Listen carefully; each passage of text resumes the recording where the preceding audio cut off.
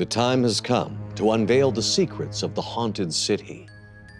Call of Cthulhu Arkham is the definitive guide to the signature setting of Call of Cthulhu and was used during the writing of the Graveyards of Arkham story. This hardcover tome details a sandbox campaign setting, over 250 locations, and more than 80 fully fledged NPCs ready to drop into your story of mythos horror. Find all this and much more in Call of Cthulhu Arkham, available now from Chaosium.com or from your friendly local game store.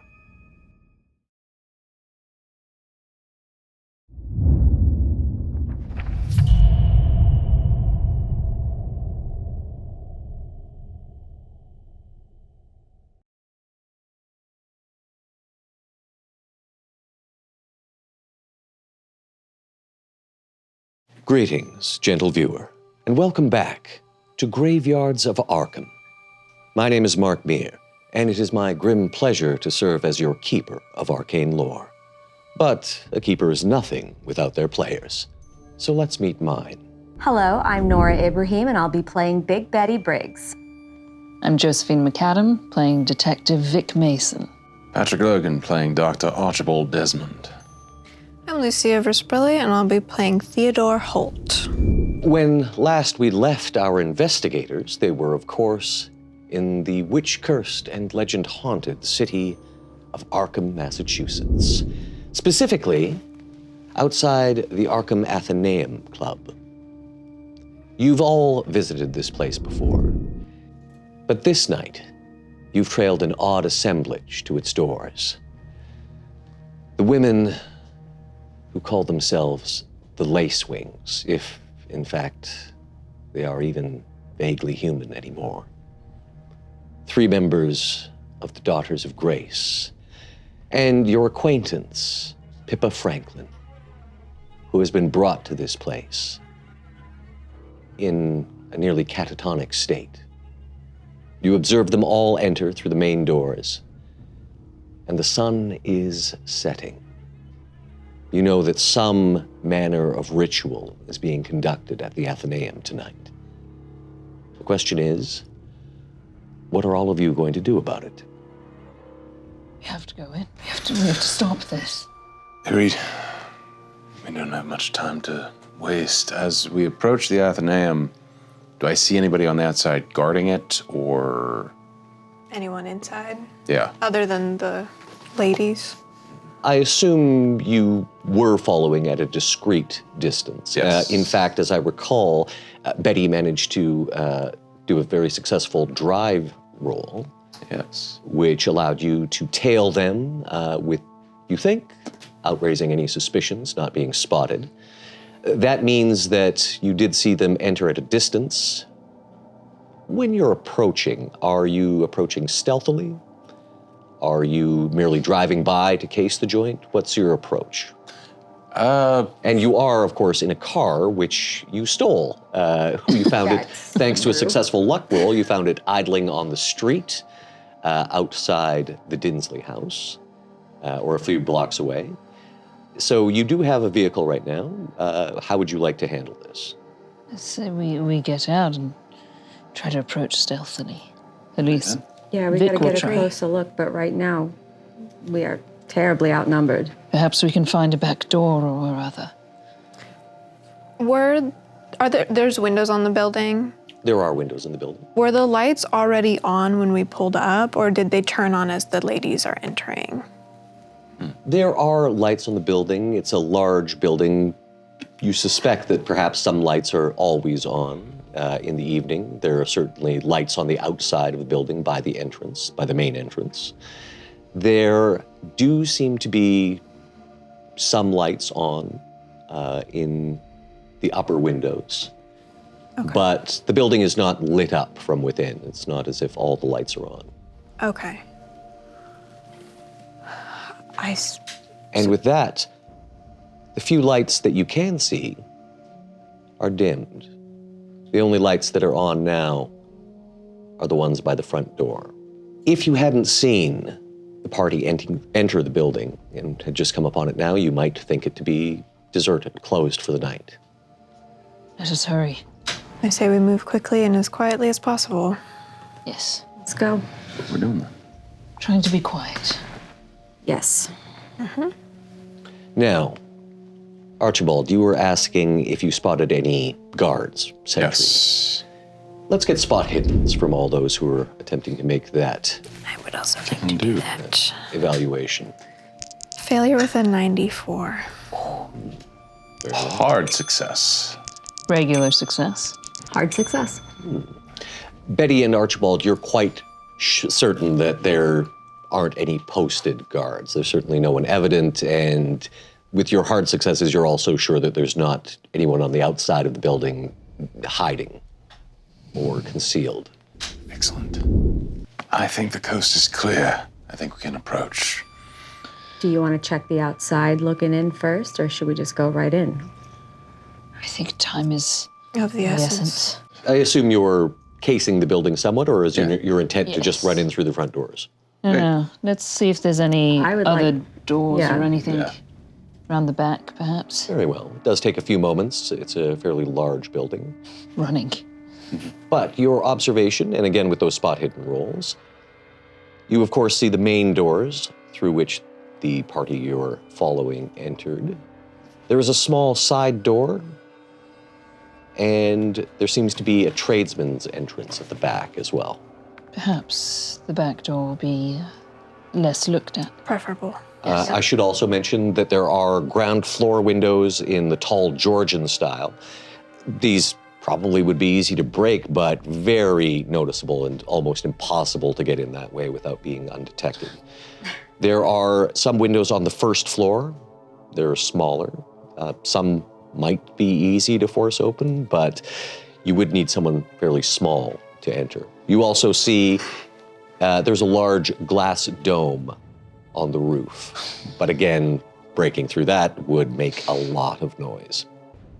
Is the trader's door, is that locked, I'm assuming? You're approaching. Yes, yes. Yeah. Let's go. Theodore. So the tradesman's entrance at the back. Will you be simply just trying the door? Will you... I could try and jimmy it a little, just quietly. I mean, assuming It it's is. locked, let's see if it's locked. Yeah, I just trying it And to see. stealth, I assume? Yeah. Yes. Yes. Should we? Yes, roll stealth for your approach, and particularly anyone who's trying the door. Is it Theodore who's actually trying the door? We're all suddenly Are scared. you quieter than me? I can try that. Well, I'll tell you in a second. I failed my stealth roll. I also failed my stealth roll. failed. I could use luck here. That would be too much luck. From I also failed my stealth roll. There is a bottle that happens to be in the alleyway as you that you simply didn't see, and somehow you all managed to kick it. You managed to kick it into someone else's foot, and it just sort of like rattled around.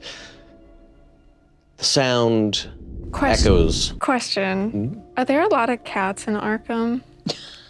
Yes, I would say there are a fair number. As soon as it gets kicked, I go, Do you have any performance skills, or did you take feline imitation as a skill? so I don't have that. Easy luck then. Okay. I think you did. I jinxed it. Oh, no. That's a failure. No. Yeah, no, that doesn't sound like a convincing cat. None of you are convinced at any rate. What are you doing? We kicked the bottle. I just thought it would. So now you're making more Nonetheless, noise? failing this stealth roll when you're this far away from the building might have actually worked in your favor. You haven't actually made it to the door yet. So, with your rather poor performance thus far in mind, perhaps you approach a little more carefully. Are you actually going to try the door? I'll try the door. Yeah. Is it Okay. locked? It does seem to be locked, yes. Theodore, Betty, could you? I'm on it. Do. I'm gonna take out my locksmith kit. Missing one lockpick, of course. Missing one lockpick, but I got a success on that. Thank you. Very well. What kind of success did you get? Gumption. Just a regular. It's okay. So if it's below a 50%, it's a hard success. Yeah, if it's less than half of your skill. I'll spend 5 luck to make it a hard success. You hear the tumblers click. This back door at the tradesman's entrance. The door is open, if you wish to go inside. All right. It must be very quiet. Slowly open that door. Going to tiptoe in. The hinges are well oiled, as befits a club of this stature. You find yourselves in a back hallway. To your left, you can see a door that leads into a pantry. Further down, another set of doors. But it's the door to your right that immediately draws your attention. For painted on it, in faded pigments, is a rather familiar moth. One that you've come to know from some of the books you've read or gathered as Cordis pestilentia, the scourge moth. This is it. It has to be. All right. I'm going to take out my gun. Very well, you've got your weapon drawn. Do we all have guns? I don't. I'm not No. very good at them. Maybe this has been strapped to my back. I don't know. But I also have a rifle. I would say that a rifle is not something you would have been able to carry around in the activities that you had today. For example, having tea at Eleanor and Birch's house. What about a sawed-off shotgun? That also would have, it's probably in a footlocker at your residence in Arkham. I'm afraid you didn't have time to visit your domiciles and pick up heavy artillery. That tactical nuclear device I've been working on Dr. Oppenheimer with. That is in New Mexico currently, and about 15 years in the future, so yes. Okay. So, with the handgun, do you feel comfortable using one of these? I don't think that's very safe for everyone else here. I'm concerned about your safety. I could grab a different weapon. What's your best fighting skill? Brawling directly. Yes, given your skill level, you probably have more success with an improvised weapon. As mentioned, you can see that there is a pantry to one side. You think that perhaps the door next to it could be a kitchen. Kitchens are often right next to pantries. So you could easily get a knife or even a frying pan or some sort of something heavy. Yeah. You have a gun, Vic, is that correct? Yes. Webney service revolver. Very good. Doctor, you're armed? Luger, PO8. Of course, the Luger. And Betty, you carry your weapons at the ends of your arms. True, but I also have a 45. And you have a 45. Very good. Could I just sneak into the kitchen real quick and grab a rolling pin? Sure. Yes. I would like my brass knuckles on one of my fists. Of course, yeah. You slip on your brass knuckles. Vic and Archibald draw their guns. Question, Keeper, as we're rushing past the kitchen, I would like to stick my head inside to see if I see any bottles of perhaps highly flammable alcohol. As it happens, there is, as I say, a kitchen and a pantry. Everything's dark in here. But in the kitchen and pantry, you do find a number of useful items. Give me luck to find out how useful these items are. Hard success. The doctor immediately points out several useful items. There seem to be a pair of flashlights that are probably available in case of power failure and that sort of thing. Immediately grabs one. Yes. We have 2 flashlights. Also, there are a variety of things that you could choose from. There's a knife, there's butcher knives, that sort of, rather large carving knives, that sort of thing. I was gonna grab 2 smaller, sharper knives and just slip them into my boots if I can. Sure thing. And yes, with that hard success, the doctor was able to locate quite a number of things. So you have a couple of smaller knives. If you wanted to, you could grab something like a butcher knife or a cleaver. And you did keep mention mentioning it, so I'll You grab mentioned- one. it's up to you. You mentioned a rolling pin. There, if you want something blunt, there's a big, heavy wooden rolling pin, Yeah. cast iron frying pan, that sort of thing. Yeah. Okay. So I'm gonna grab the rolling pin, 2 smaller knives in my boots, and then I'll also grab like a larger kitchen knife. Your B&B weapons. Yeah. Pretty good. I'm going full mom style here. And someone mentioned a fly swatter. We are dealing with moths, right? I'm afraid that would have required an extreme success on this. So yes, Um, you are all currently armed. How many bottles of alcohol do I find? So to one side, and this is actually specified, in this area of the house anyway, there are bottles of soda and tonic waters and a selection of wines, ports, sherries, some beer, and yes, some other spirits. You see, there is space for more, but there are essentially 2 bottles of very high-proof spirits. I quickly make those into an improvised, using gauze I have in my bag, soaking them in alcohol, and quickly realizing I don't have anything to set them on I have fire. matches. Excellent. Excellent. All right. On that, also, is there any kerosene or lamp oil? I think all you find is these 2 bottles of spirits. And again, even finding these is somewhat unusual given that prohibition is still being enforced. Yes. This is, of course, a private club for rather rich individuals, so they tend to be a little above the law. But they're, no, I'm afraid you find these 2 bottles of, shall we say, whiskey. All right. We have 2 bottles of improvised. In case we're in close quarters with that plan, is there also baking soda in this kitchen? Yes, there is baking soda. Okay, I'm gonna grab that too. Very well. I have Vic, so many questions.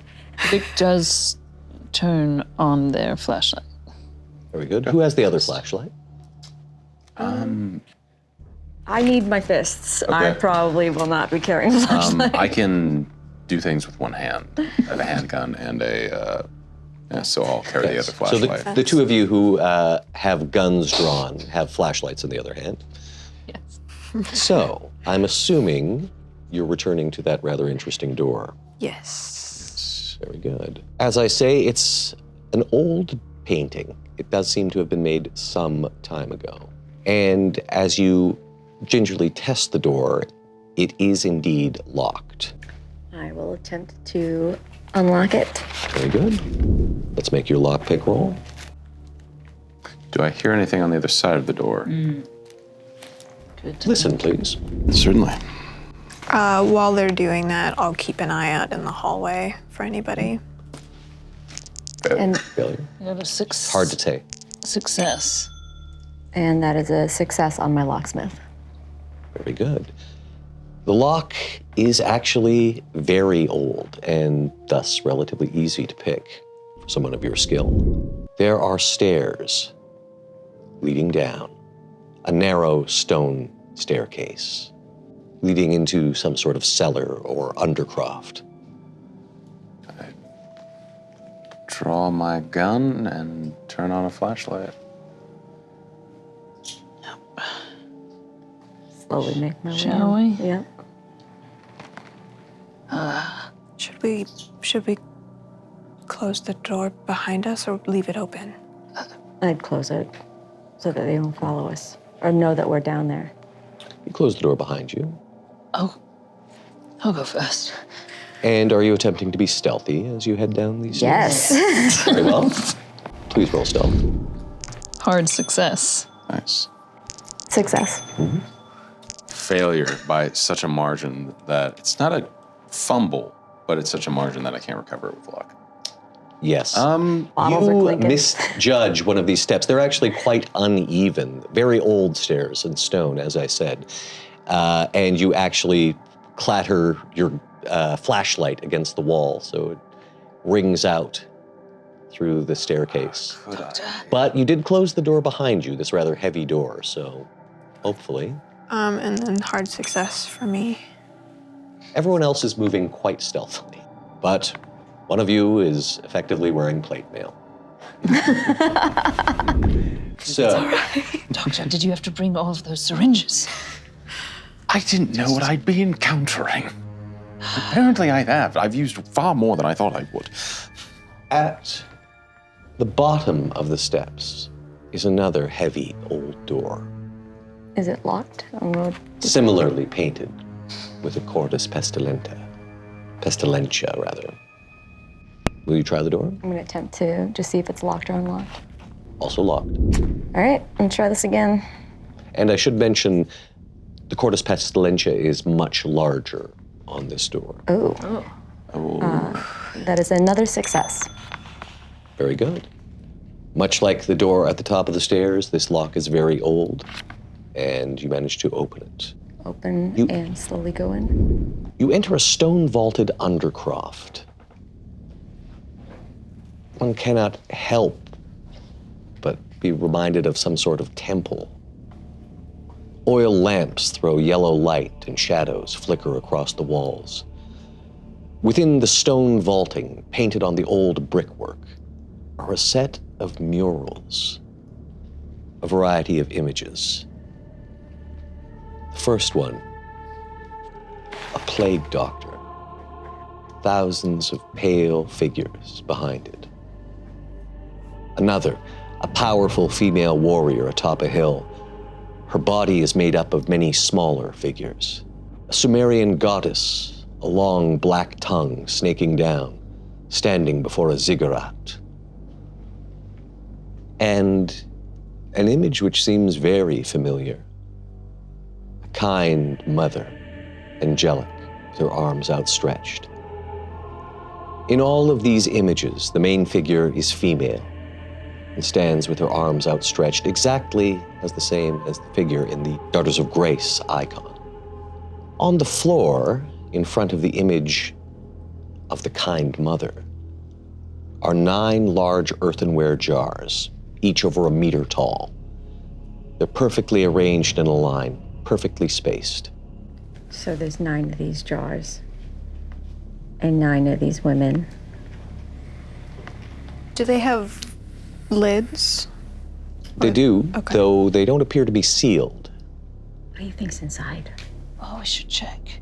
We should tamper with whatever they're trying to put together. All right. I'm going to open one.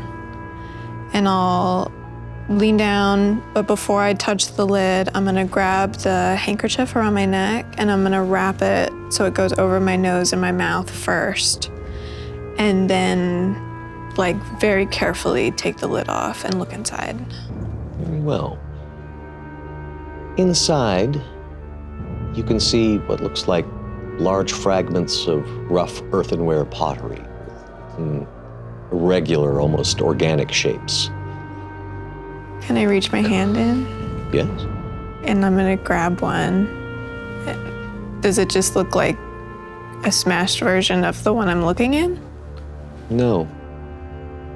No, as I say, the lines of the pottery are almost organic. You can actually see the texture of it. It almost looks like perhaps the side of a face? I put that on the floor in front of me. That's weird. What is that? I think we might have to assemble them. Is it the same thing in each one? I'm gonna like open. As you open each of them, and yes, there was no poison gas that leaked out or anything. Okay, yeah, so I pulled that back down. You find, in short order, that one of the jars is empty, and the other 8 all hold these large fragments. As you're pulling out these fragments, you start to realize that, yes, they could have been statues. They would have been hollow. And after a short time of searching through these various vessels, you pull out an almost intact face. It's the face of Nancy Holbrook. You recognize it immediately, the perfect symmetry. Her features, almost like it was a shell that was shattered into pieces. These are, They're cocoons. yes, they're cocoons from which they were reborn. Oh, that is so gross. I was not expecting that. I Why was are thinking they- that there was And again, this material seems to be some sort of clay. Why are they keeping them? Perhaps it's just part of the ritual or commemoration of some sort. Or, But look, there's 8 of them. There's 8. yes, Pippa's is missing, right? Can I take one of the jars and just tip it a little to see if there's anything on the bottom or underneath it? Doesn't appear to be. Are you emptying it out entirely, or? Yeah. I'll kind of shimmy whatever's in there. Yeah, and you, by your estimation, that yes, especially knowing what you know and having seen what you've seen, that if these shards were assembled, it would be a hollow statue of a woman. And as you pull out these other shards, you see another face, and yes, this one is not as intact, but this could be half of the face of Gwendolyn Tillinghast. There a ritual circle or anything runic compared to like what we saw in the book in this room? No, the floor is bare, but there is a dark space to the left, a narrow opening into a small corridor. It's completely, utterly dark. I point my flashlight down it. As your light illuminates the small chamber beyond, you see a motionless woman staring back at you. You're startled for a moment, but then you realize she's not moving at all. It's incredibly lifelike, but it is a clay statue of someone you recognize. Pippa. Hannah Claire Llewellyn. You do recall her being mentioned at the hideous tea you witnessed at the Dinsley house. Something about her being unable to make the journey, men not being able to get anything right, couldn't be trusted to get things right. He tried to do the same thing to her, and for some reason it didn't work. What is this? Is she inside What happened there? to her? Is she inside this? Is The statue is covered in a beautiful silk gown of patterned colors. Could I please get, if anyone has Natural World, though apparently Spot Hidden would also do. hard success on Spot Hidden. Vic, you immediately recognize the wing colors of the Cordus pestilentia moth.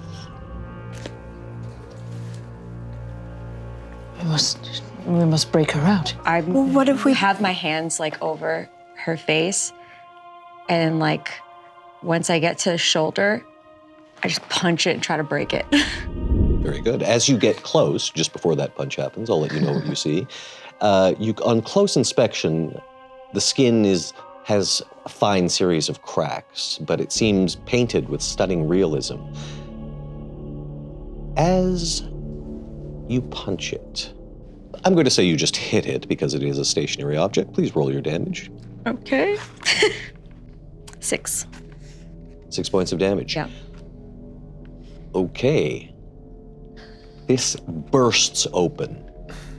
A thick soup of organic matter, deep red and brown, slops out over your feet. There's an overpowering smell, not vile, but a heavy, musky, sweet, floral scent. It topples forwards into its own mess, shattering into 100 pieces. Please make sanity rolls, everyone. As you look down and see in this organic soup bits of, is that a tooth? Oh, Damn. Is that a fingernail? Partially dissolved. How did everyone do on their sanity? I failed barely then. Very well. failure. Hard success. Success. Those who failed, please take a point of sanity. I've changed some gnarly diapers before, am I right? You've seen nasty organic soup before. Oh, Mark. No. I don't think that she was ready. Oh, we were too late, too early, or too late. You do recall that Pippa was called a replacement for Miss Llewellyn. I searched the room for anything else useful here. All that's in it is these broken pieces of this shell of Mrs. Llewellyn, and the aforementioned organic soup. I want to break the empty jar that's left, the one that's surely meant for Pippa. Very well. How will you be smashing this? I'll, you do have a use- heavy rolling pin with you. I'll use the butt of the gun. Very well. You crack it. It seems to be pottery, so it does not withstand a few blows. We're not too late, right, for Pippa? Huh? I hope so. No, we're not. Are there any other doors? Any? I should mention the sound of this breaking Yes. does fill this room, though you're hoping that the two closed doors behind you and the stairs, the distance, might... There are also, of course, thick stone walls around this place. Are there any other doors or other moths like we found in the cottage? Perhaps a secret opening, something. You don't see anything else. The murals, of course. There are the remaining earthenware jars. Some of them have been emptied now, and that seems to be all everything that is in these rooms. Can I take Nancy's face with me? You can if you like. Okay. So what, do we go back up? We must get outta find them. here? We must find Pippa. If she's not here, she must be somewhere else in the building. I think we need to find that theater. Yes. As you make your way back upstairs, could I get listen rolls as you're climbing the stairs? Success. Success. I rolled 100, so I failed. Okay. You have no idea. You're trying to get organic soup off your shoes. Failure. I am trying to get organic soup out of my mind. Very good. Success. Success and Yeah, success for the two of us. You think you hear voices, and as you exit the second door, the first one that led down the stairs, yes, you can hear voices Do you hear that? in the building. That sounds like voices up there.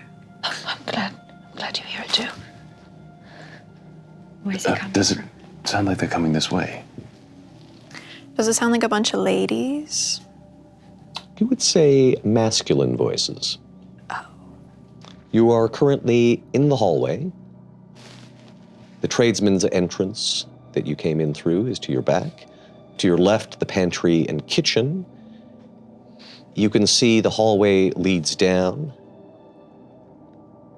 And you think you see a glimpse of the entrance hall at the end of the hallway. Shall we go? Have a look. If that's what we can do. We can't waste time. Let's go. Yes. Okay, quietly. As you continue down the hallway, you see a dining hall to your left. You pass a study, and you soon find yourselves in the main entrance hall. You can see Philip Ingall's desk, unattended. And you see a number of lights have been turned on. The curtains in front of the main doors have been drawn, so these wouldn't be visible from the street. You know that if you continue through the entrance hall, the library will be beyond, and there's also the study where you spoke to Mr. Holbrook, and the drawing room where apparently the men gather. There are, of course, the large stairs leading up as well. Should we try to find that operating room? Yes. It's the only lead we have nowadays, so. Having been in the building before, you know that towards the back of the building is the circular room, which is what they referred to as the Cabinet of Curiosities, where you saw the various relics from the 1705 pestilence. That's at the end of a hallway off the library. There was that locked door that you passed by with Pippa. That would probably lead on to the main portion of the operating theater, if that's in fact where it is. But you do know that the operating theater also has a gallery above it where people would view the operations. That is likely to be accessed from the second floor. That's where we need to... Let's try that first. Yes. I think if my assumption is correct, the way that they protect the drawing room, it might be through there. Let's just go. Just be wary of you. Have your weapons ready. We don't know what we may encounter. The pond mud. I pull out Nancy's face in my hand. The mother's pond, do you think? That's got to be what it is. Yes, yes. It makes sense in a strange kind of way. But Quick. yes. We'll go on. Feeling that something may be upon us, I ask you for a few matches. Yes, of course. I'm going to say that it's likely that you have a book of matches or a box of matches. It's actually the only thing in my possessions. It's a matchbox. There we are. Here you are. Thank you. Very good. Doctor, I assume you're carrying these improvised Molotov cocktails in your In my bag. in your doctor's bag? Very good. Clinking bag of stuff. So, Doctor, you now have some Molotov cocktails and a book of matches. Let's see what you get up to with those. But you're heading up the stairs, aren't you? Very carefully. Very carefully? Well, that sounds like stealth rolls on your Roll20 character sheets, if you don't mind. Extreme success. Critical success. Ooh. I rolled a 1. For a second, you're not sure where Theodore went. Extreme success. We're all... Very silently. Regular success, but I'm very proud of it. Oh, But yeah. very proud nonetheless. Yeah, you're actually not sure where the other three have gone for a moment. And then you realize, oh, they're ahead of me. Oh. But silently, the four of you mount the stairs. Thick carpet helps, of course. You head up to the first landing, and you can see, of course, it's quite a large staircase. So there are a couple of landings. When you head up, you see a hallway. There is a door that is open to one side, and a closed door. That's where the conversation is coming from. Could I get listen rolls, please? Success. Failure. Hard success. Theodore and Betty, you are sure you heard the word Dugai, and just brief snatches of conversation. Like, well, I was very nervous my first ritual, but you'll soon get the hang of it. And someone else snorting and laughing like, oh, very pretty indeed. Do I recognize one of the voices? You do not. Oh. Okay. There are people in that room with the closed door. Do we want to check the open door room? Then they must be involved. If we stop them, perhaps they would be easier to stop. I don't even know if they're part of the ritual because they were just kind of like laughing and joking about it. Like they're not doing it now.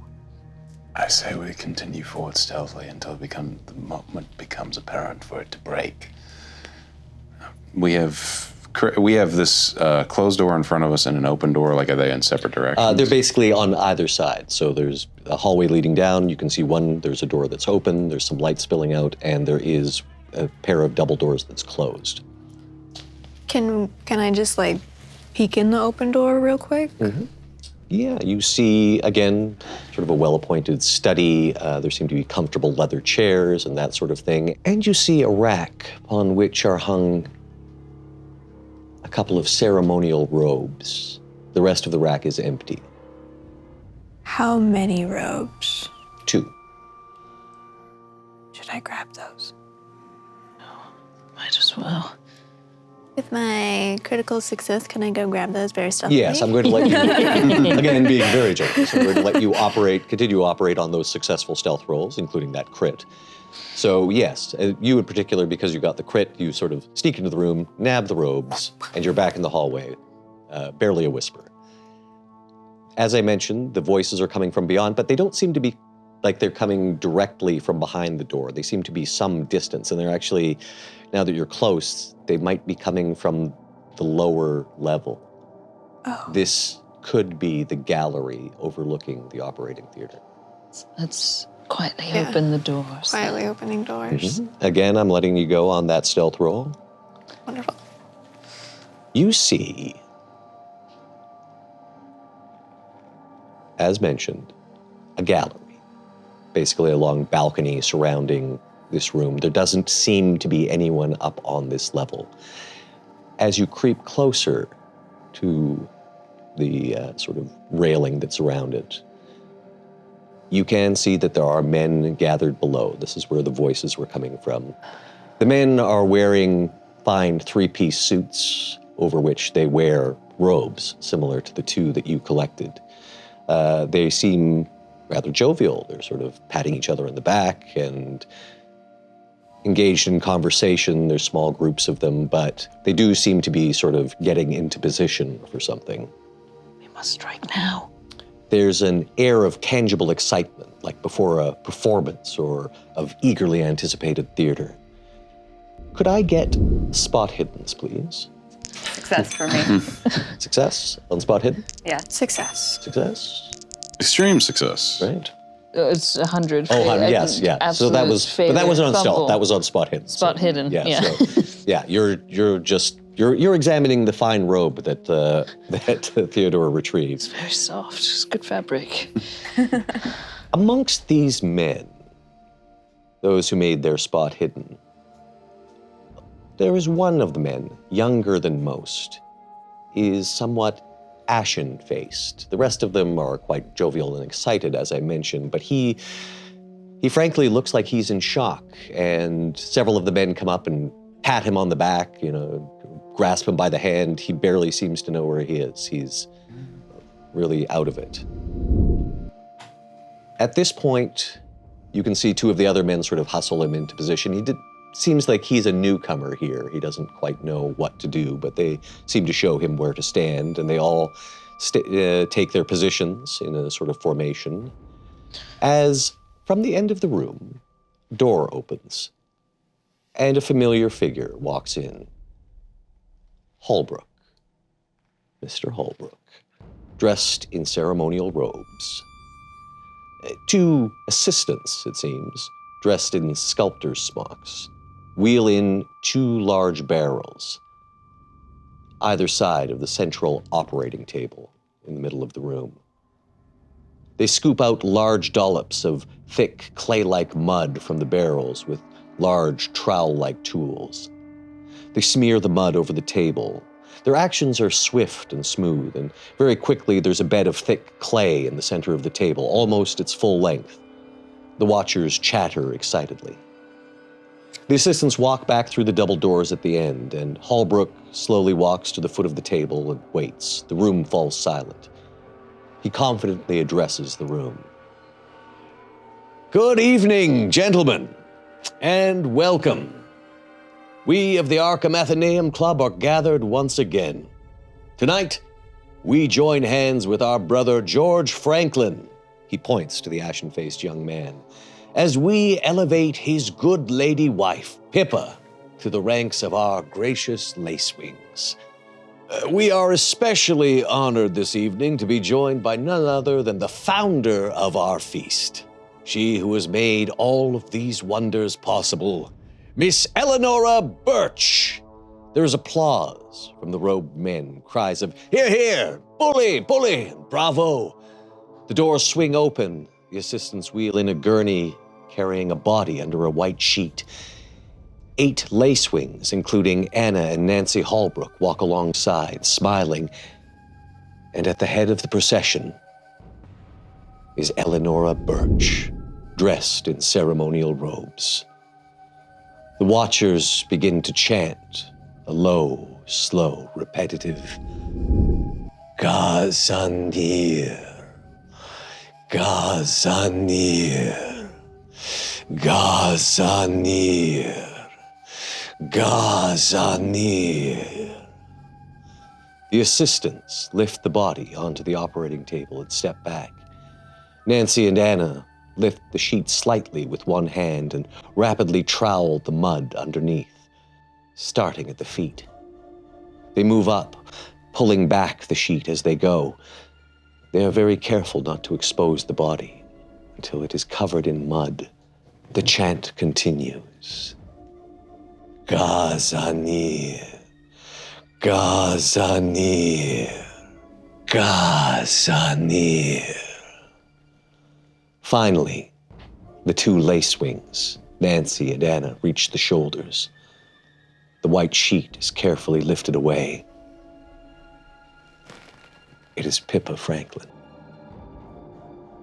Could I please get a medicine or first aid check from those who would like to make it? Extreme success for me. A failure for me. Doctor, with an extreme success on medicine, your heart grows cold. Pippa is utterly motionless. The clay over her chest doesn't move. Even at this distance, you're quite sure she is dead. We must do something. I say nothing. But I hand Vic one of the Molotov cocktails. I light mine. As you do so, the chanting stops. Eleonora looks lovingly down at Pippa's body and gently smooths her hair. She places a small disc on Pippa's lips and then watches as the lace wings rapidly cover her face with clay. Very soon, Pippa is completely encased. She's cocooned. And then something happens as you watch. Color and form start to appear in the mud. The clay contracts, starting to show Pippa's features. The clay starts to take on a paler coloration, at first almost white, but then becoming more flesh-toned. And before the eyes of everyone in the operating theater, the formless mass of clay becomes an astonishingly lifelike sculpture of Pippa Franklin, though an idealized version of her, precise, perfect, symmetrical. Eleonora takes the robe from her shoulders and lays it over the body of clay. Eleonora smiles at the assembled men. The room bursts into applause, and the men are boisterously congratulating George Franklin, who still looks shocked but is smiling and wiping the sweat from his brow. Well done, old boy. Quite magnificent. You'll be a fine ornament to Arkham. I'm sure you'll be very happy. And as the men of the Arkham Athenaeum Club congratulate each other, Nancy Holbrook steps forward, holding a vessel. Eleonora smiles and nods and turns to Holbrook. Thank you, Mr. Holbrook. You've been very helpful. She swiftly and suddenly draws a knife and slits his throat. His wife, Nancy, catches his blood in the vessel. He frantically grasps at his throat, but is utterly unable to stop the fountain of blood. There's a stunned silence from the gathered men as Eleonora drinks the blood in the vessel. With blood running down her chin, she throws her arms wide and cries out, Gazanir, awake. The way is prepared. Kind mother, come to the place of summoning. The lace wings and the daughters of grace echo and repeat the words. The men in the room begin panicking. Some of them try to attack. But the lace wings bat them aside like dolls. The room is filled with carnage, the sound of snapping necks, and then a weird drone as the lacewings throw back their heads, low and insectile. The men in the room freeze, their eyes glazing over. Their mouths drop wide. Clouds of moths pour forth from them, thousands of them, as the robed men drop to the floor, dead. Come to the place of summoning. The mother is coming. We mustn't be late. The lacewings begin to lovingly lift the cocoon of Pippa Franklin.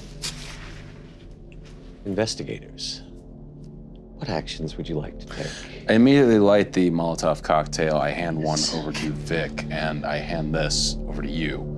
Heck yes. Immediately throw it down. Let's bomb their britches off! Very good. Could you please make throw rolls on Oh boy. your Roll20 character sheets, if you don't mind?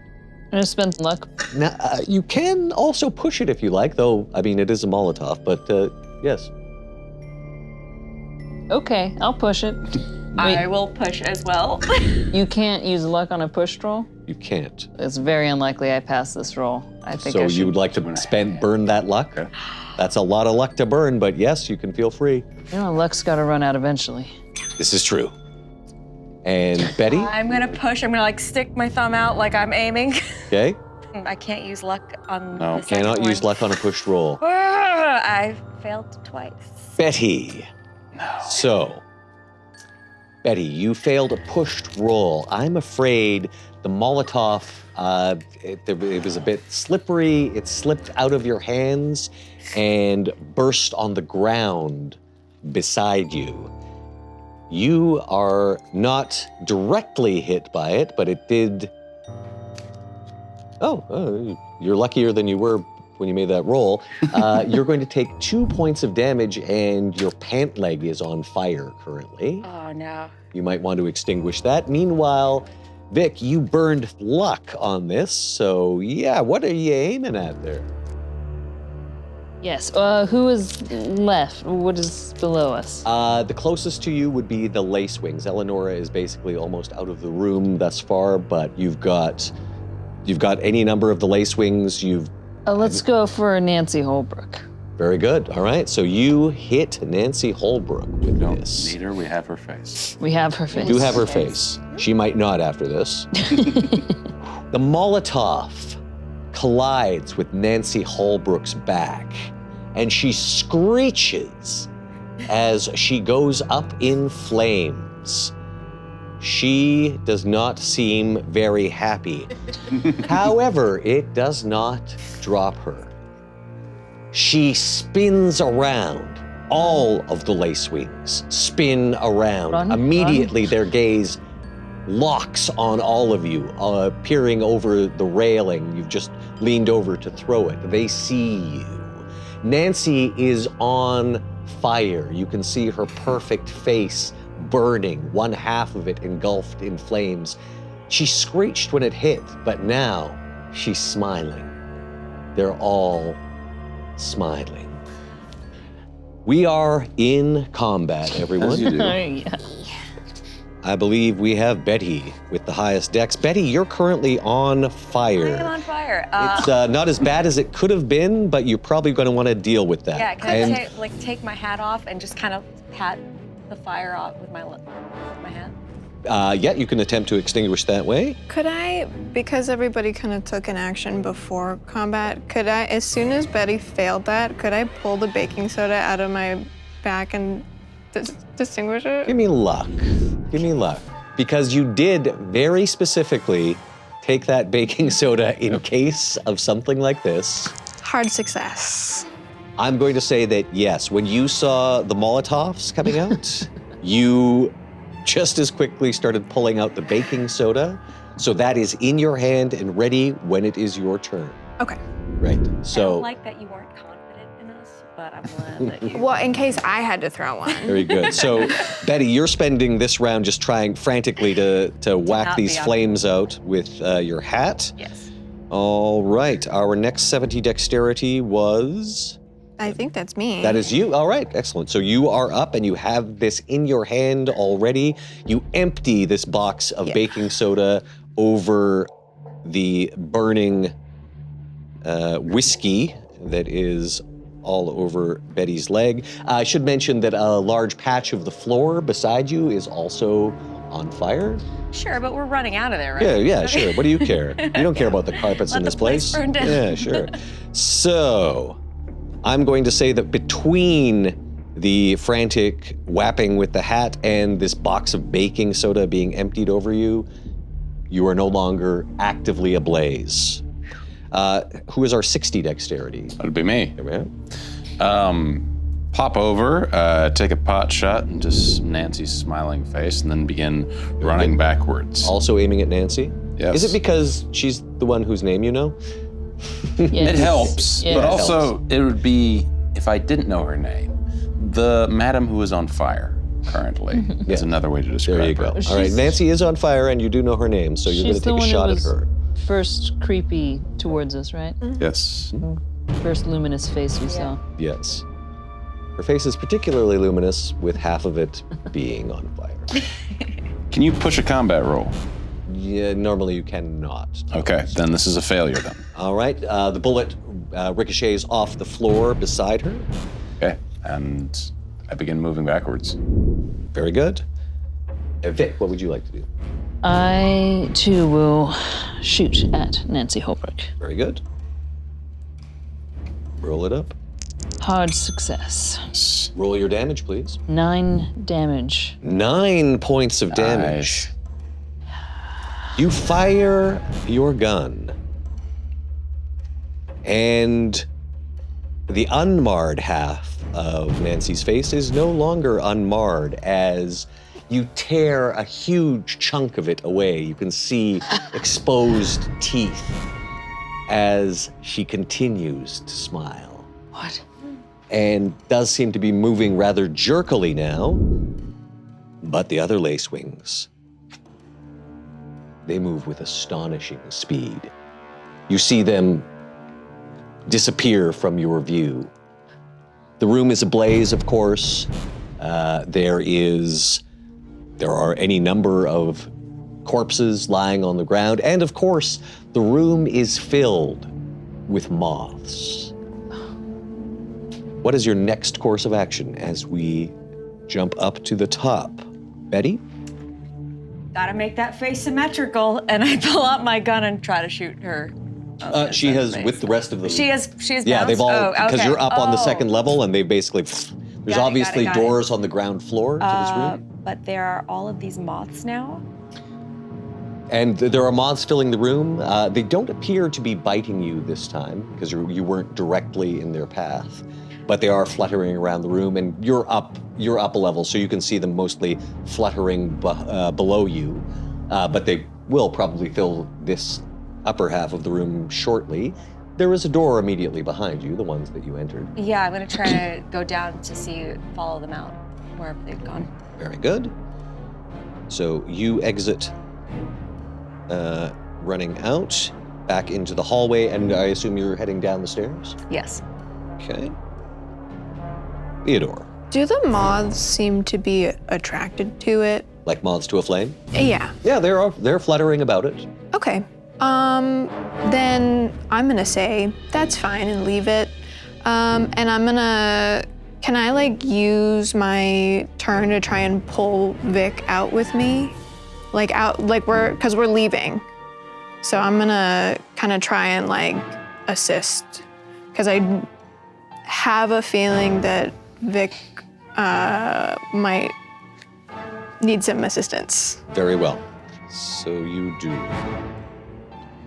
Now, considering the things that you've seen, just seeing a man get his throat slashed, I'm not going to require a sanity roll for that. But your more immediate physical danger, you get Vic out of the way. So you basically just haul Vic out by the back of the boat, and we're or- following. I'm trying to follow Betty out. Vic, are you attempting to resist, or? I'll go with, but where did they go? Where did they go? We're following. Just Right. Very well. And Doctor? Nothing left in the room to shoot. You can shoot some of the corpses on the ground or try to shoot moths. Both of those sound tempting. However, I would like to do this if at all possible. This is a gallery, correct? Considering the carnage that just ensued, wood pieces strewn about, things like that. Wood pieces? Yes, potentially from broken piece of the gallery, bodies flung, that sort of thing. Yeah, there was. Give me luck. Basically, they snapped a few necks, but most of the men fell when they emitted that droning sound, and then they stiffened up, and the moths started pouring out of them. Success.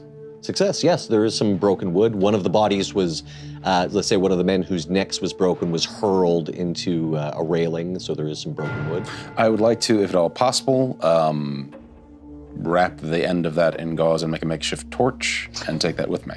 Aha, okay. So yes, so you're looking for wood up here. So Yes. you did make that luck roll. So yeah, one of the bodies was actually flung up a full story, smashed through the railing beside you.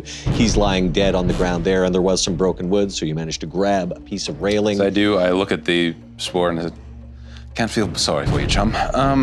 So you grab the piece of wood, you're wrapping gauze as you go. You could probably even just stick it in the fire from Betty's dropped Molotov, and it is currently ablaze. You're holding a torch as all of you begin barreling down the stairs. You don't get very far before you see the lace wings on the first landing. You're at the top of the stairs, you round the corner, you head down one stairs, you rounded the corner, and there they are, all smiling at you. And I'm afraid it's their turn. As you do. Now, you saw two of the lace wings wheeling out Pippa's body along with Eleonora. That means there are 6 of them left. There are 4 on the landing. And you suddenly realize that there are 2 on all 4s clinging to the walls beside you.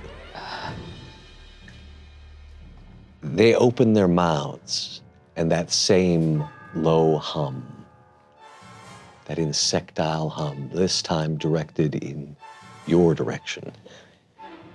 Could I please get everyone to make power rolls? Hard success. Success. hard success. Oh, and I failed. Oh, but you know what? I'm going to spend 7 points of luck. Yeah. For a moment, you feel very lethargic, but you fight it off. The lace wings don't seem pleased, but it's your actions. What would you like to do? How far or how close are they? They're probably within 10 or 15 feet. They're just down the stairs from you. All right, I'm going to try to close the distance on one of them and just punch one in the face. Right? You have the high ground, and you charge down using your brass knuckles. With my I'm brass assuming. knuckles, yep. Right? And that is a hard success. Hard success. All right. It needs a hard success. It does not get a hard success. So you connect. Please tell me your damage. 8 points of damage. 8 points of damage. An Nice. even more impressive blow than the one you struck a few days ago in the ring against Ray Giotti. This probably would have killed a lesser human, but these things are anything but. Its head rocks back. I'm going to say it was Gwendolyn Tillinghast that you smashed in the face. Her head is twisted at an odd angle, and then with a cracking sound, twists back. She spits out some of her teeth and smiles. Oh boy. Theodore. All right. Nancy's not in this room, correct? Or she is? Nancy is one of the ones on the stairs. She's no longer ablaze. You can see her skin is horrifically burnt. Her hair on one side of her head is gone, but she's not on fire anymore. I'm gonna go for her if I can. Very good. And I'm gonna try and hit with my rolling pin. Again, you charge down the stairs using momentum. Failure. Failure. Yep. All right. She bats the pin aside. Also, if it matters, it was a 94. In fact, she bats the pin out of your hand, I think. All right. It clatters down the stairs, and she says, "Naughty, naughty, naughty." And all of the lace wings echo, "Naughty, naughty, naughty." So, Doctor? From what I can see from Nancy, does the fire, beyond what it would do to a regular human, seem to be more effective against them given their insect heritage? It does seem to have done some damage, certainly, she looks physically damaged, but a person probably wouldn't be still up in a fight after the kind of wounds she's received. Fair enough. Okay, so the lacewings, the 5 of them are still on the bottom of the stairs. 2 are here beside us. 1's in melee with you. I'll take a step back, even moving back towards the burning wreckage of that, and fire on the one you're currently engaged with. Very good. Can you push a combat? You can push a combat, but things could go very badly. Oh yeah, do I'm it. sorry.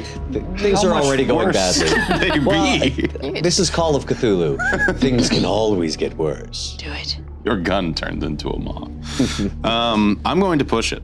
Okay? It's a coin flip, so we'll see. Another failure. Yeah. Oh my and I technically shouldn't have allowed that, but yeah. But it did put you in a very precarious position. So here we are. So, your gun jams. As you are. And the lace wing that you were aiming at just goes, boys with their toys. And we move on to Vic. I'm also gonna shoot. I want to shoot at Nancy Holbrook.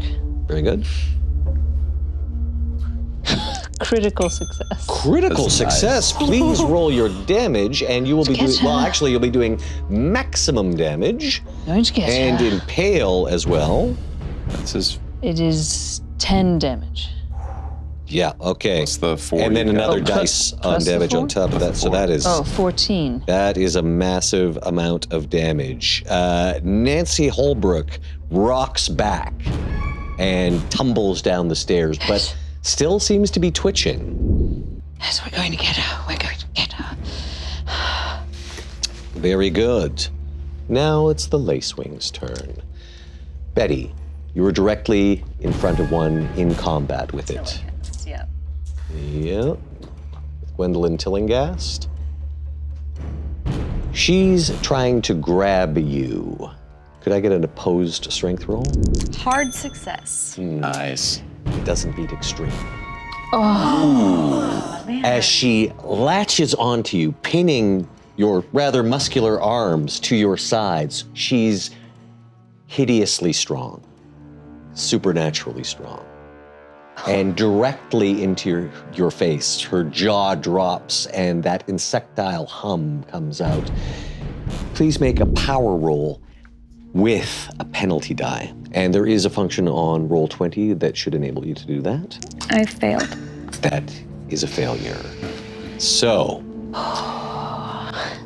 from your perspective, Betty, we'll get to that in a moment, but from everyone else's perspective, Oh, no. Betty, your muscle, probably the most formidable of you in combat, suddenly stiffens in the grasp of the Lacewing. All right, Theodore, one of them comes at you as well. Oh. And opposed strength roll, please. Failure. Yeah, it grabs you.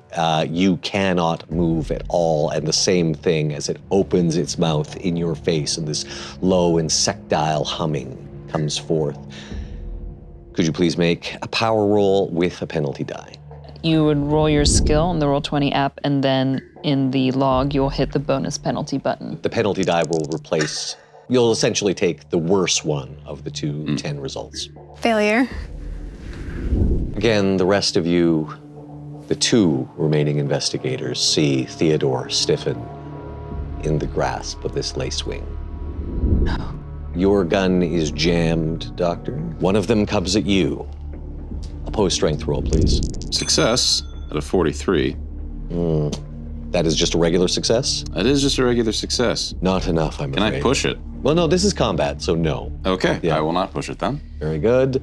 So, now it's time for you to make a power roll. Certainly. Success, but penalty. Penalty is a 9, which makes that a 95, so that is a failure. Vic, you're alone. All of your comrades are in the grasp of the lacewings. And the remaining lacewings turn to you. Oh dear. Looks like you're the only one left. Stay back. I'm afraid we can't. You've been very naughty indeed. And that must be corrected. As they begin to hum, all of them closing on you. No, no. They don't even bother to grab you. Power roll. No. It's a failure. Now that all of you are under this effect, I can tell you all what you experience.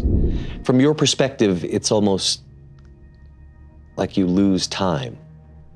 As the humming began, you suddenly see everyone in different positions. It's like you blink, and then, Betty, you see Theodore being grabbed by one of them. You blink again, and the doctor and Vic are also restrained. You blink again, and you're in the main entrance hall. You blink again, and you're moving down the hallway. You blink. The positions of the lacewings have changed once again, and you're in the room below, the undercroft. Now one of them is bringing something into the room. You can feel your bodies, but you can't control them. One of them is standing before you. It's Anna, the girl that you went in search of, now changed. Perfectly beautiful, perfectly symmetrical, standing before you with a little dish upon which 4 caterpillars crawl slowly around. She lifts a caterpillar lovingly and places it on Betty's cheek. You blink again, and she's doing it to Theodore, then to the doctor, then to Vic. It's like she's popping around the room, but it's more like you're just seeing flashes. To modernize, fast forwarding, skipping ahead. With each blink, you can feel these caterpillars moving across your faces and have the brief sensation of something plugging your nose, something in your sinuses at the back of your throat.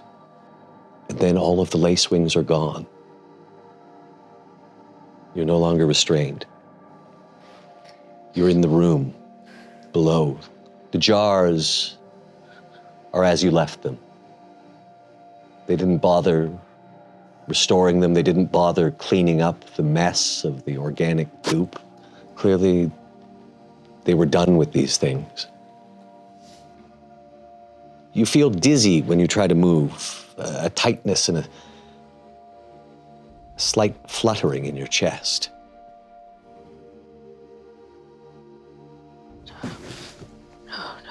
You're in the room, the Undercroft, below the Arkham Athenaeum. What did they do? What did they do? Something. It's inside us. Sanity rolls from everyone, please. Extreme success. Vic is holding it together admirably. It's just a bug. It's just a bug. Hard success for me. Failure. Failure. Failure for me as well. Failure and failure. Doctor, Theodore, each of you lose 3 points of sanity. You let me know when you're getting close to indefinite. I had expected it to be Vic, and I knew you were on the edge. That would have done it. It'd be 2 away. I am 2 away from that.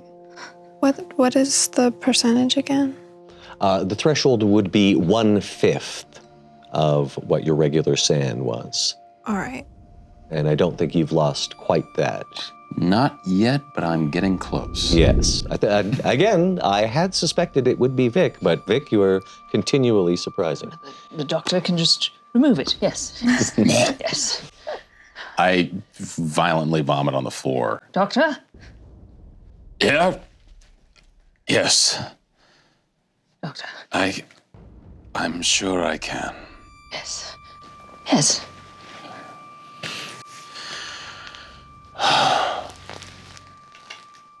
Is everyone all right? None of us look perfectly symmetrical. Theodore's checking for that. None. You seem as symmetrical as you were before. All right. Doctor, please examine us. I do a cursory but quick inspection of everyone. I'm attempting to, particularly with Vic, do enough of an examination that seems legitimate to calm them down enough so that this doesn't feel like a problem. Very well. You're trying to make a sort of not an in-depth psychoanalysis, but just to reassure. And no one's suffering from a bout of madness yet, so No. you need not worry about that. This is me passing. This is me normal. So I do as they ask, though, and do the same for everyone else. And when I'm done, say, I don't know why we are alive or still working, but so long as blood is inside of us, I suggest we continue. There's only one place left to go. You can't see it. No, I don't see it. I think whatever, What was that feeling, though?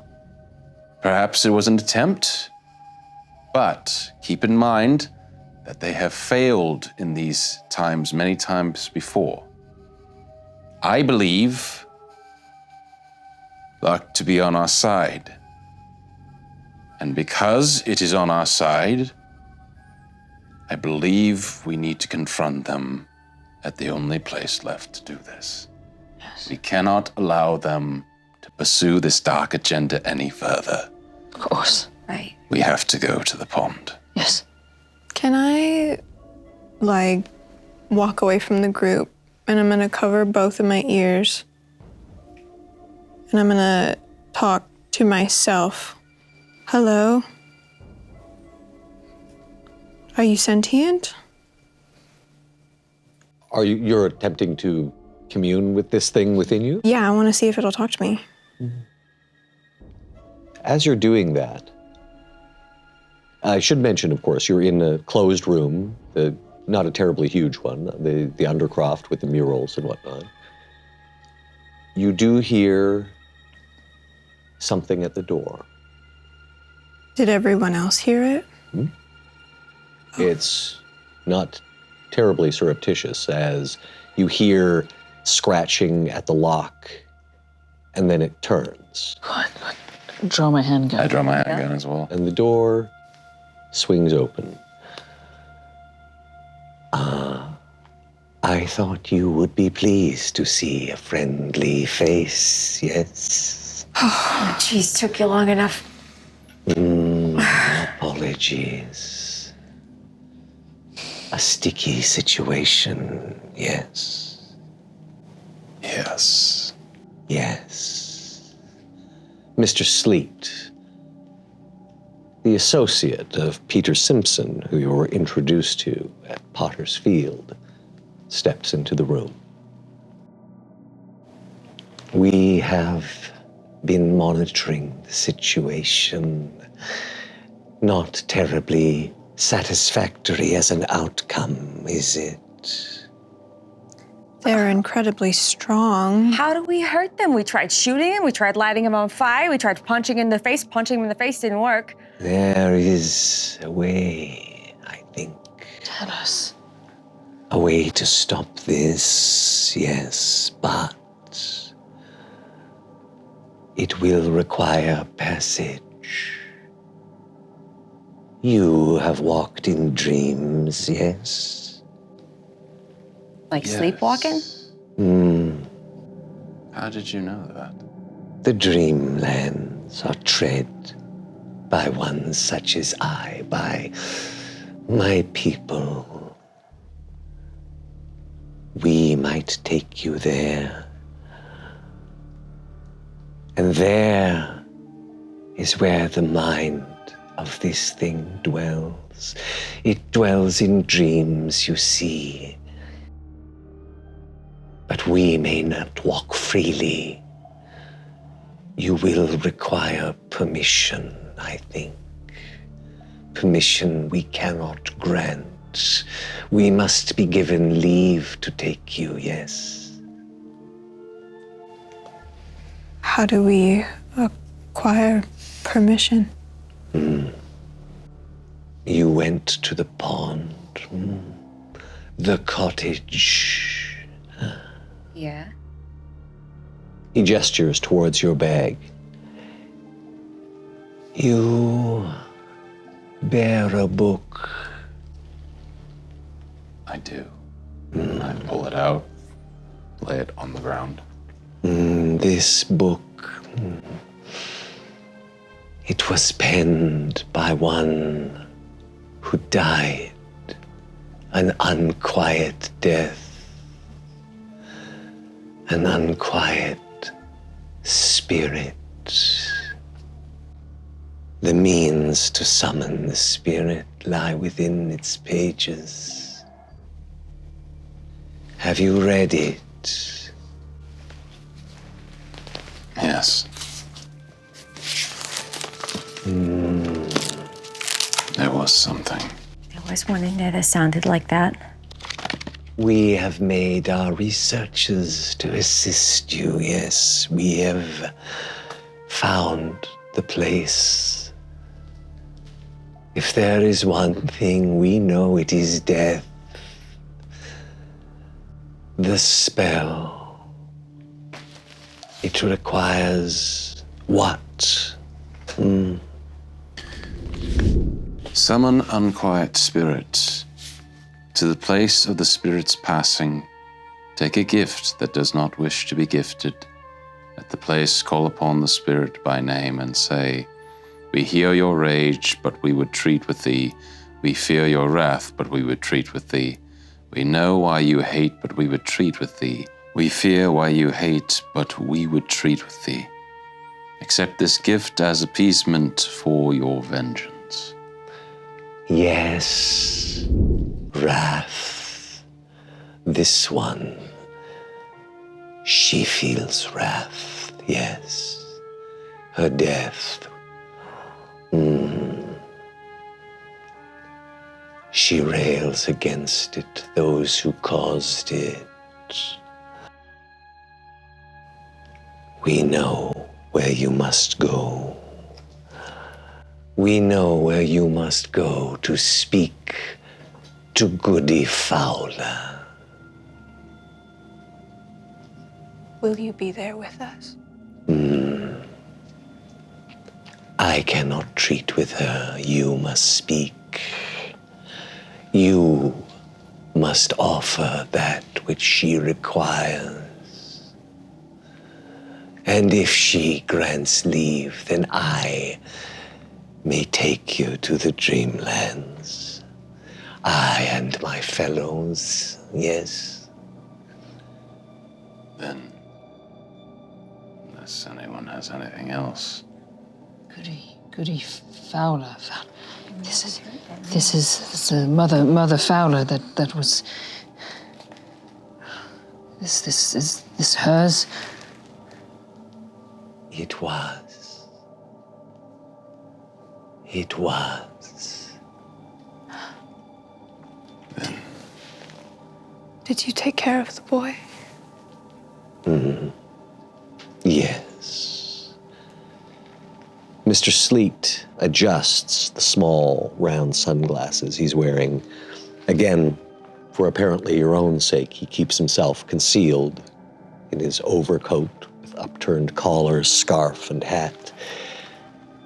Come then to Hangman's Hill, for that is where she meets her. That is where she met her end, at the hands of man. And what will you bring? A gift that does not wish to be given? Is that it?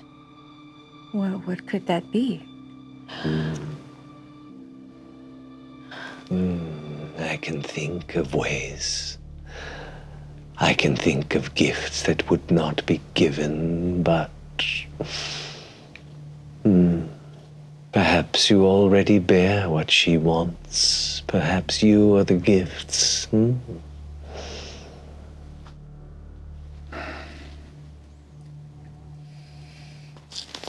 I'll go. We'll go. Yes. Follow. You trail behind Mr. Sleet. The streets outside are dark and empty. He takes you through alleys and untrodden paths to the edge of Arkham. Those of you who make your home here, particularly Theodore, have certainly heard of Hangman's Hill, for here witches were hung, executed for their crimes, what were deemed their crimes against God and man. And upon Hangman's Hill, before you reach it, you feel a change in the air, a chill, deeper than the autumn wind, blows through you. Atop the hill, a lone, twisted tree stands. And as you approach, strange howling and cold wind suddenly stops. Sleet hangs back. I go no further than this. But if she grants leave, then I will take you. Thank you. Do not thank me yet. You're at the base of the hill, and as mentioned, the twisted lone tree stands atop it. I must do this ritual then. Right. Give us the book. Let us see.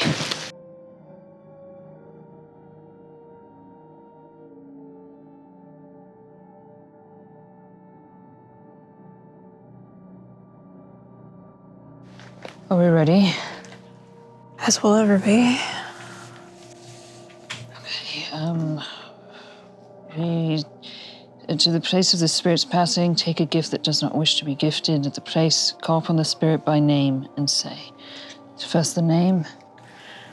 Goody Fowler, We hear your rage, but we would treat with thee. we fear your wrath, but we would treat with thee. We know why you hate, but we would treat with thee. Accept this gift as appeasement for your vengeance. The air grows still.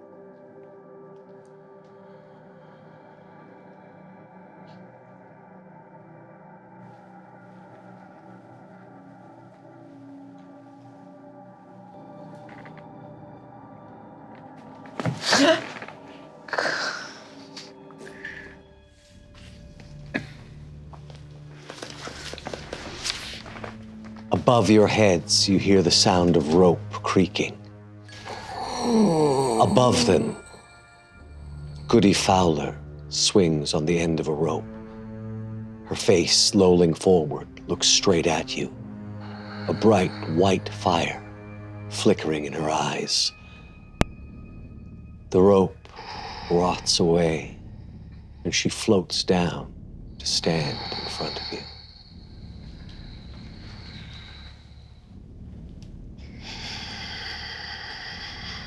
What with you? With Mother Fowler?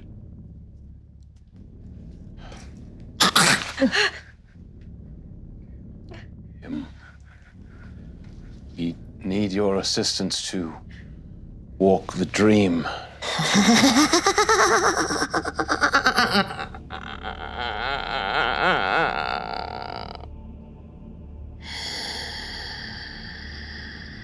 We seek your permission.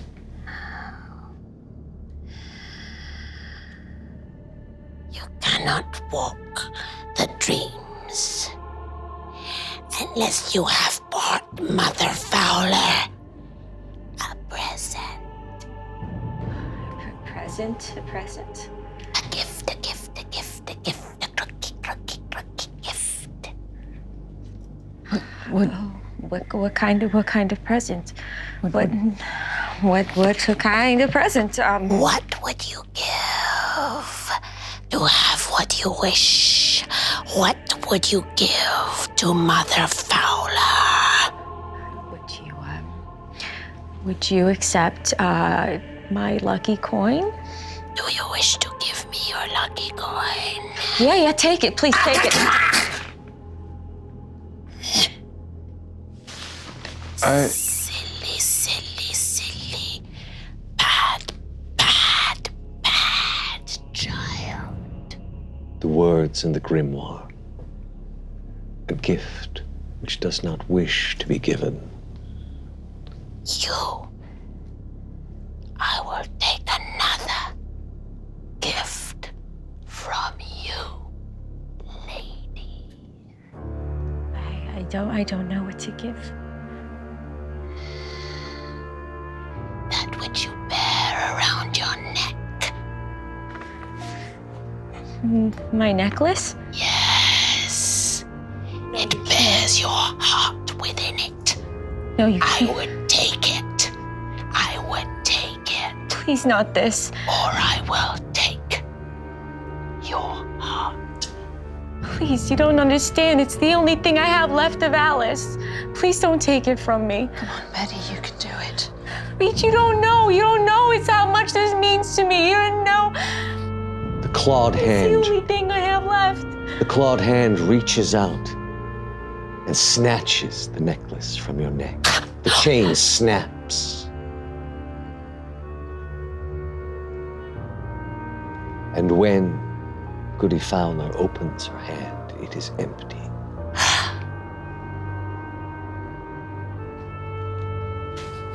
The crone turns. Good,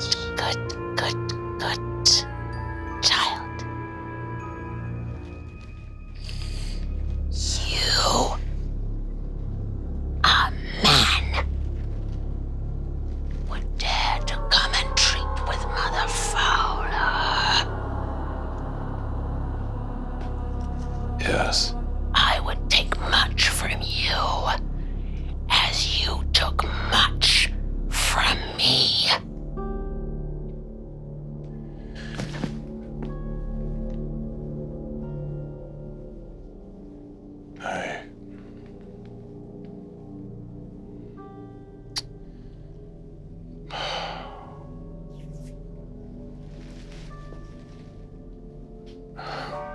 You're a lonely man, aren't you, man? You crawl the world alone. There is but one who would care for you. Yes, who is that?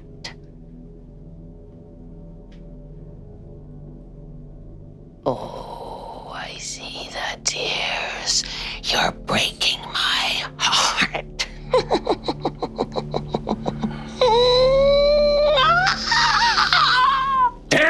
and just take it. I would take your brother's memory of you. When you return, he will not know who you are. Now you will walk the world truly alone. No friends, no family. Half crazed by your own passion for the truth. A modern-day Cassandra.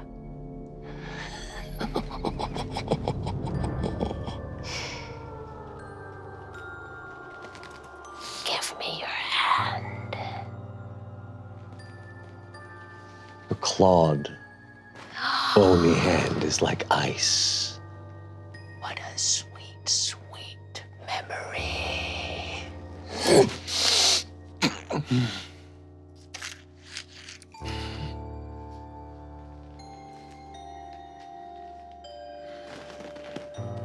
Do you think if you don't look at me, I can't see you? Peekaboo.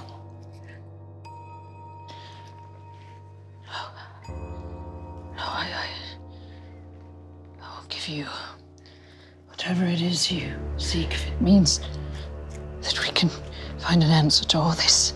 Oh, you are so noble. But I see clutched in your hand the one thing you would not give. Mother Fowler likes butterflies. Abigail. You would take Abigail.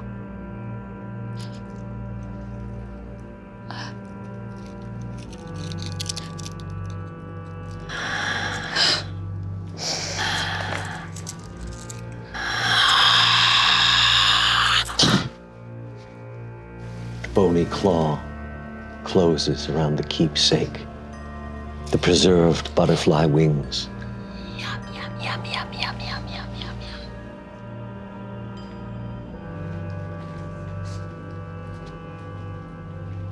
And finally, the crone turns to Theodore. You know the thing that has been... The one thing I could give has been taken from me.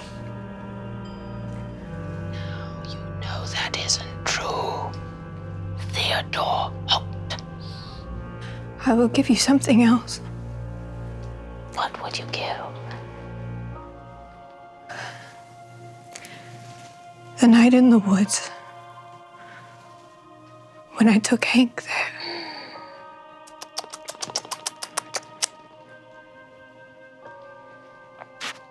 You can have it. The one comfort I have, that I did right by Theo. You can have it. What a sweet and precious offering, dear Miss Holt. I thank you, and I will take it. But I will also take your memory of your son's last birthday. That sweet, sweet day. The last day you saw him truly happy. The gifts you remember giving him. The laughter on his lips. The joy in his eyes.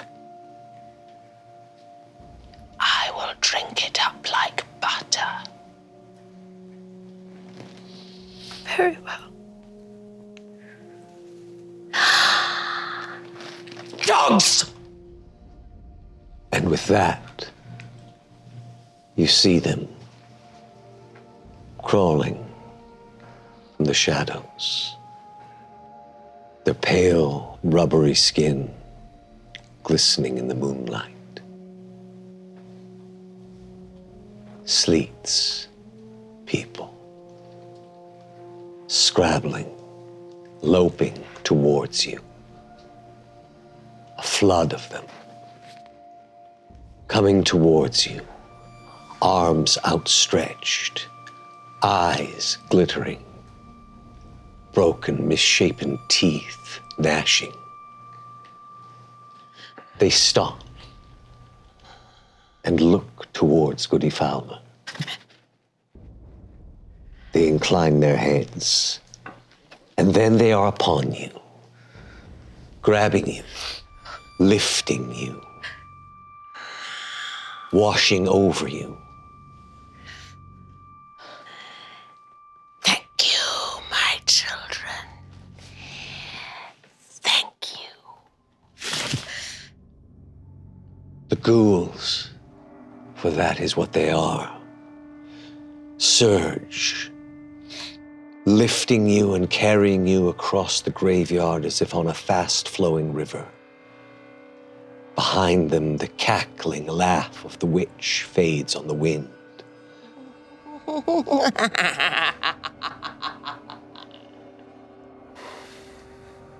The ghouls bear you to a low mound surrounded by leaning gravestones.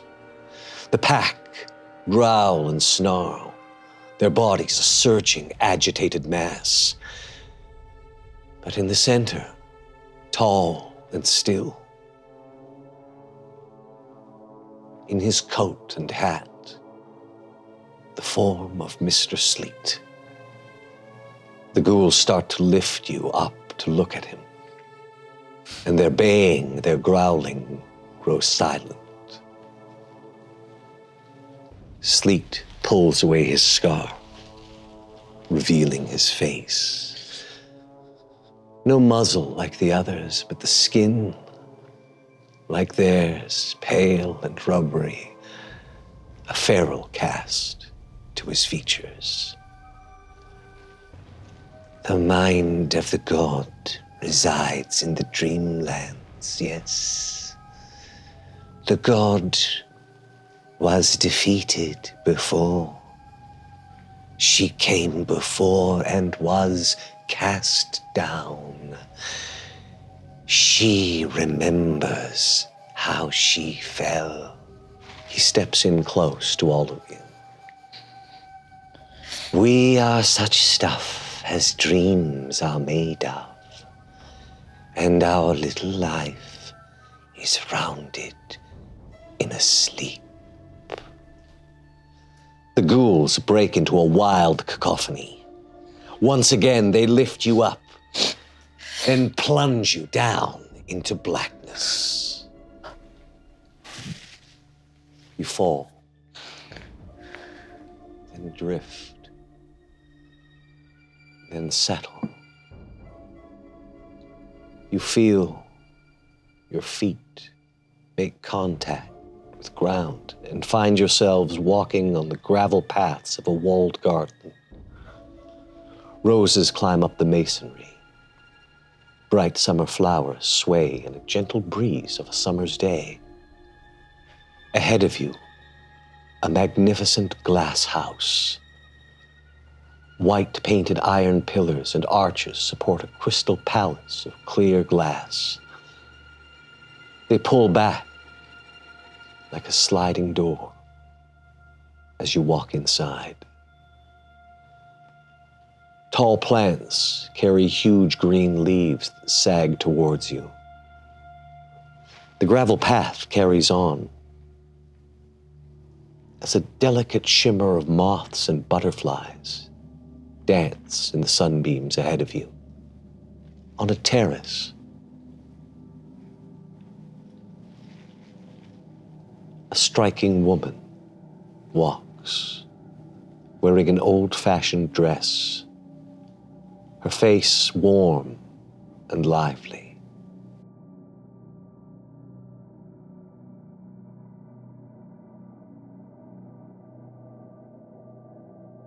Hello, my pretty ones. Now, how did you find your way all the way out here?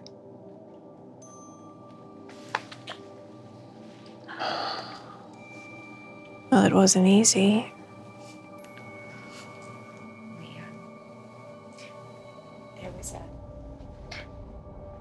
thing we all had to say, or the incantation.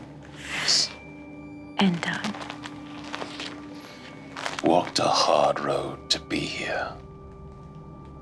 I see from the way that you are holding your neck, and I see from the looks in your eyes, that I have taken much from you. That was what they made of me. They saw me to be a monster, and they made a monster of me. I am Mother Fowler, pretty one. Are you the kind mother? Or are you... No. Oh, you dear fools. Have you come here seeking her? No. You were the one fighting the pestilence. The one writing. They came for you. Oh, my pretty one. No. No? No, I was one of the causes of the pestilence. For it was my daughters, in vengeance for what those men did to me, who called upon the kind mother the first time. I don't understand. They brought it down in her honor. We didn't know what she was. She lied to us.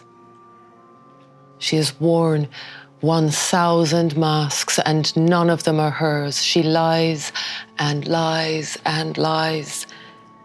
And we believed her. And now, here I am. I live inside her mouth, and I pick parasites from her teeth, for that is how she sees you, and that is what she expects me to do. But I will not. How do we stop her? Is there a way? How did it end? I don't know. As I said, I live inside her mouth, not inside her mind. Is that where you would go? Would you see the memories of a god? We're pretty sure that something is in all of us of hers. Huh. She points towards the ground.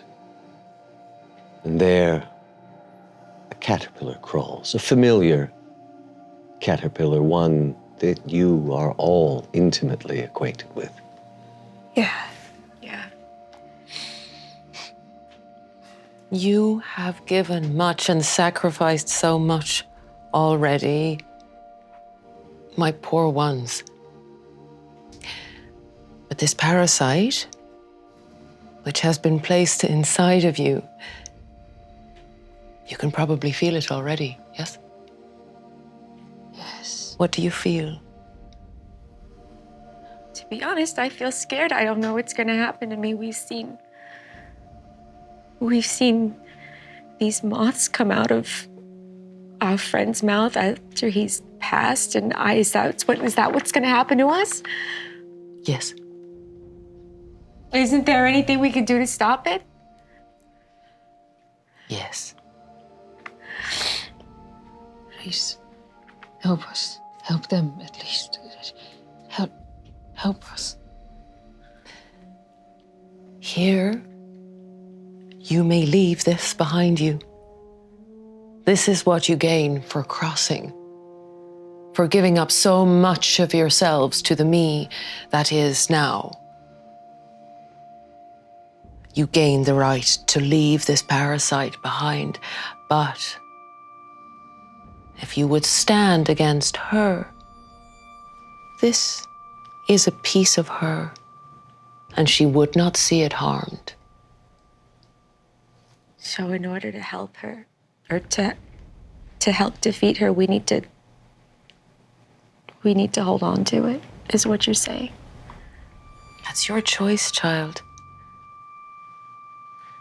I can't make it for you. That's the only way. You don't have to. You don't have to. But they're just gonna keep doing this. Kind Mother's lies are infecting an entire city again. If this is the price that I need to pay to do so, so be it. I will walk through the mind in a memory of a god, if I must, to see this end. Yes. Yes. Yes, we have to see it through. We have to, after everything that we have seen, we have to see where it all connects in the end. I don't have much after this. I think this is it for me. Theodore, do I understand? They would give us some protection, but that does not mean that we cannot stand against her without it, does it? No, you can try, but this will give you some protection that others would not have. You will not be able to resist her call without it. Your friends may be able to help you. You may be able to fight it. You may be very strong-willed. You've all proven that here by becoming what you are, by getting to where you have. You're strong. You're strong, my loves. Theodore, you are one of the strongest amongst us. Your mind, and you give so much to this town that we've seen it. You offer a place of safety and comfort to many that have come by. You cannot just give that up. I don't think it's giving up. I saw this through to the end. Wallace is no more. I couldn't save Cyrus. I couldn't save my son. There are so many others whose lives you have touched and could continue to affect. And I think I could do that best if this is the sacrifice I make. But Vic, if you want to leave this behind. No. Theodore, I do not serve the purpose that you do in your town. I do not help others in the same.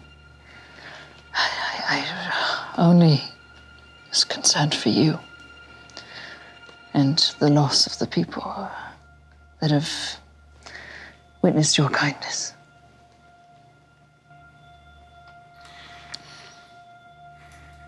It's your choice.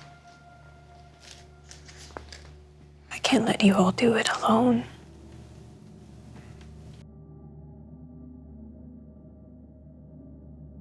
Have you chosen your path? Yes? Yeah. Yes? Yes. Yes. Yes. I'm sorry it has come to this. I'm sorry we allowed ourselves to be tricked by her, to be taken in by her lies. But you know. Can you blame us? She promised so much in such a time of need. And the time of need is now. And the time of need calls for you. Would you walk within the memory of a god? Yes. We shall. Yes. Let's go. She turns and points behind her. In the door of the butterfly house stands Anna Lund. Not the perfect parody of herself that she became, but a girl, long blonde hair, smiling. "Come," she says. She walks into the butterfly house and turns back to await you.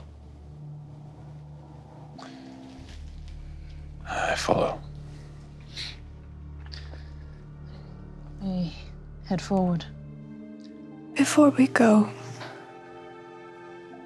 is there any way to get a message back to the real world? Who would you send a message for? It's going to sound a little strange, but there's a man, a creature. He calls himself Mr. Sleet. Aha. Yes, I know of Mr. Sleet. I just wish to ask of him that, of all folk that we met through this entirety, he truly was protecting Arkham to his own degree and his nature. You find goodness in the strangest of places, my friends. I just wish to thank him and ask him to care for Peter. Though I'm sure he will. You must hurry.